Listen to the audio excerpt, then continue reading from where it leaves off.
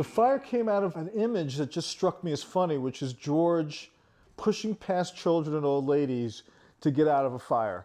Like that was actually the only thing I had to start with, and I kind of built around that image. That image, when I thought of it, just really made me laugh. Like, to me, that was like George stripped down to his essentials, that he would push past women and children to get out of a fire. What's that smell? Smoke? Smoke? Everybody, I think I smell some smoke back here.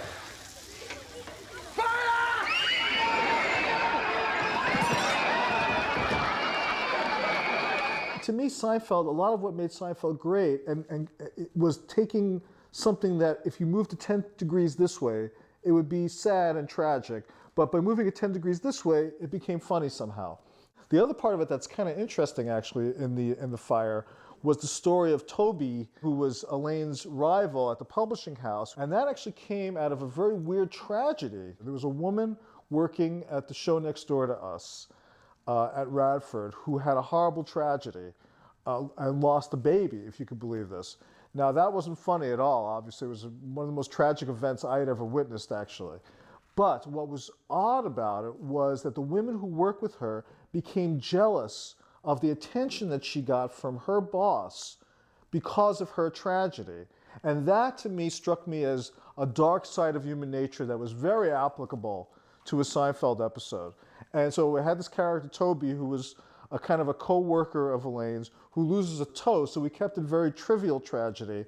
And she winds up getting a lot of attention and getting this promotion, which drives Elaine insane. And Kramer, if you remember, saves the toe. She got so upset, she ran out of the building, and a street sweeper ran over her foot and severed her pinky toe.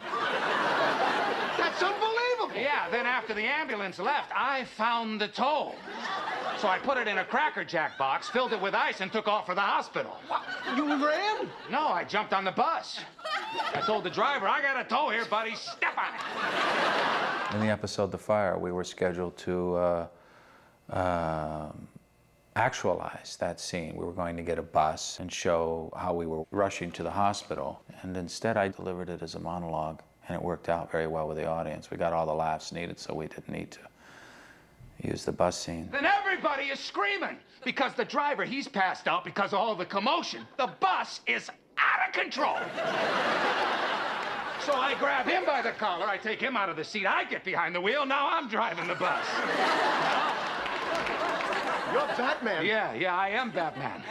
Then the mugger, he comes to and he starts choking me. So I'm fighting him off with one hand and I kept driving the bus with the other, you know? Then I managed to open up the door and I kicked him out the door, you know, with my foot, you know, at the next stop. You kept making all the stops?